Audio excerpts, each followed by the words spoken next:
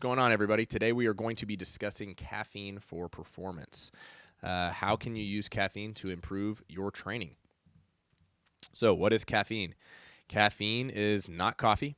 Caffeine is found in coffee. It is a substance. It is a psychoactive drug, and it is a stimulant. So how does caffeine work in the body? Let's go over that. So we use ATP as fuel, as an energy source over the day and in our training. Over time, this breaks down into adenosine. It goes from adenosine triphosphate to just a single molecule of adenosine. As this builds up, you're going to have a signal to the brain saying, we have a lot of adenosine, we need to rest now, and we need to recover. Caffeine is going to bind to the adenosine and block that receptor from making that signal. So now your brain doesn't think you're as tired. So that's going to delay the feeling of tiredness. Caffeine also stimulates the CNS through the release of neurotransmitters, and this includes dopamine. So to summarize, the decreased feeling of tiredness, that's what you get from the blocking of the adenosine. The stimulation of the CNS is going to make you feel like you have increased energy, and then you're going to have improved mood from the release of the dopamine. So how can we relate this to performance? Increase in mental acuity, improved alertness, increase in speed of decision-making, and memory and cognition. This could yield better skill acquisition and improve quality of training. If you have better alertness, you have a faster speed in decision-making. This is going to make training better, whether you're learning skills, doing complex movements. The memory and cognition might not have a direct correlation to improved training, but I'm sure it won't hinder it in any way. Physical performance, increased work capacity and endurance in lower and moderate dosages. And then we have increased power and strength in moderate and high dosages. So the endurance, this could be, general aerobic training, a lot of the type of training you do, and just total volume. Increased power and strength, this is going to be resistance training, weightlifting, strength training. Mood, energy, and fatigue. So you're going to have improved mood. This is going to improve motivation. You're going to feel good. You're going to perform better. You're going to enjoy your time in the gym, and the session's going to be better. The feeling of having more energy. You feel more energized. You're going to be able to put in a little more effort. And then the decreased feeling of fatigue. You have less fatigue. You can go a little longer. You can go train a little harder and put in a little more effort and capacity, and that's going to improve performance overall. Can it hinder your performance? Yes. Caffeine has the half-life of 5 to 6 hours. This means that if you take 100 milligrams of caffeine and you ingest it, 5 to 6 hours later, you're still going to have 50 milligrams in your body. That means 10 to 12 hours later, you're still going to have 25% in your body. So caffeine has also shown to decrease sleep quality, and that's one of the main reasons is the half-life. So if you have decreased quality of sleep and decreased quantity of sleep, this can add up to have poorer performances. Digestion. It can cause disruptions in the digestion, mainly in speeding up digestion, but it can disrupt it other ways too. If you have coffee and now all of a sudden you have to go to the bathroom and you are going to the bathroom during training, that's not good. If you're not absorbing foods well because digestion is sped up and you're not getting the nutrients and the fuel you need, this is an issue. So if you're having to go to the bathroom a lot due to caffeine, then maybe it's something that's not going to work for you. Dehydration, this is not a high-risk issue per se. It could be, but it's probably a little more rare. Caffeine is a diuretic, which leads to increased urination. So if you're urinating a lot, you're losing more water, and you already have low intake of water, it can decrease your performance. It can decrease your recovery. Also, if you're going to the bathroom a lot, through the worsened digestion from the caffeine, you can lose even more water that way. So it's just not urination; it could be your stool as well. Urination, if I mispronounced that. Here we have cost versus benefit.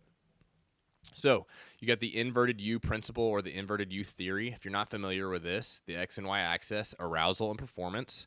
As arousal increases, arousal could also mean excitability or anxiety and nervousness if it's too high. So if you have higher arousal, you have better performance. But as that starts to increase, as you can see on the graph, increased arousal too high will lead to lower performance. You can see that the complex tasks need a little less. As you can tell, like if you're doing a more complex movement, you don't want to be too excited. But if you're doing a simple task like a sled push or running or burpees, being a little more excited won't hinder you in the movement because there's less room for error. So too much caffeine leading to over-desired arousal levels will cause a decrease in performance.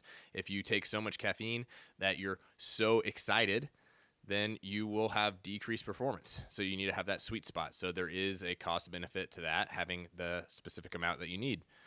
Sleep. Too much caffeine leading to lower quantity and quality of sleep. This leads to decreased performance. No amount of caffeine is going to make up for the loss of sleep if you are losing too much sleep or not recovering enough due to sleep. Sleep is far more important than using an ergogenic aid like caffeine.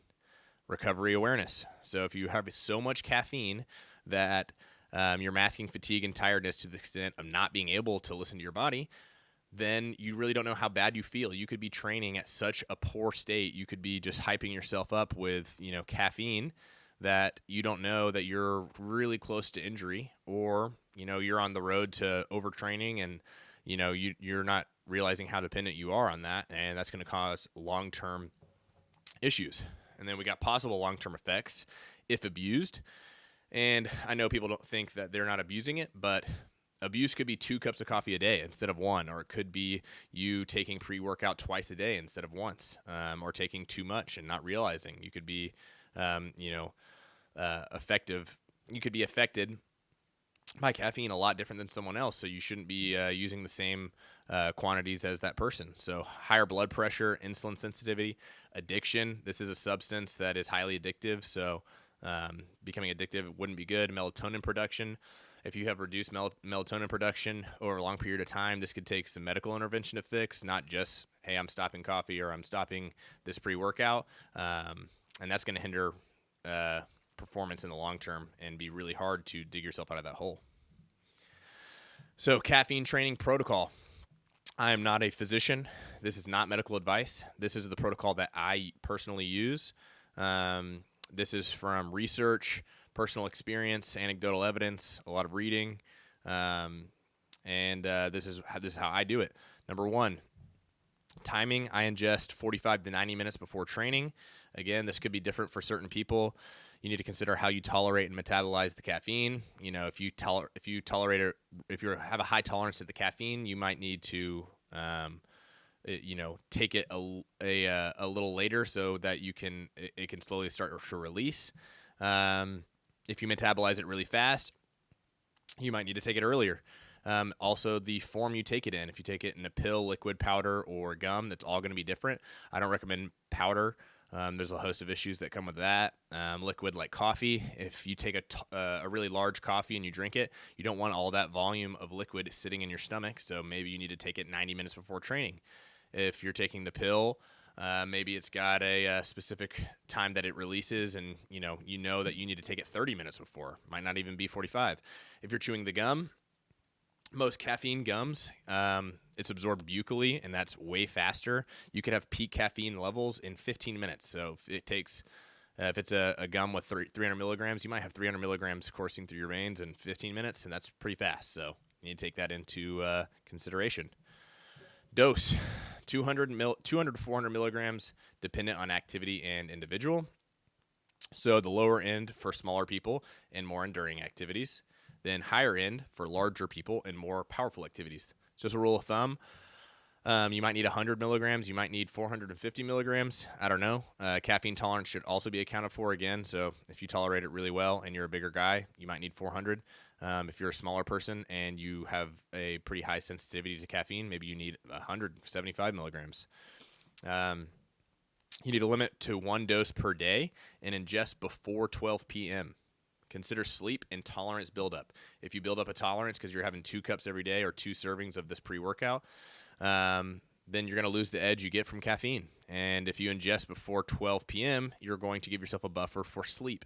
If you start having it after 12 p.m., that's where we run into that half-life issue, and you still have a lot of caffeine in your body, and you're not going to be sleeping, and you're not going to be getting as quality of sleep every night.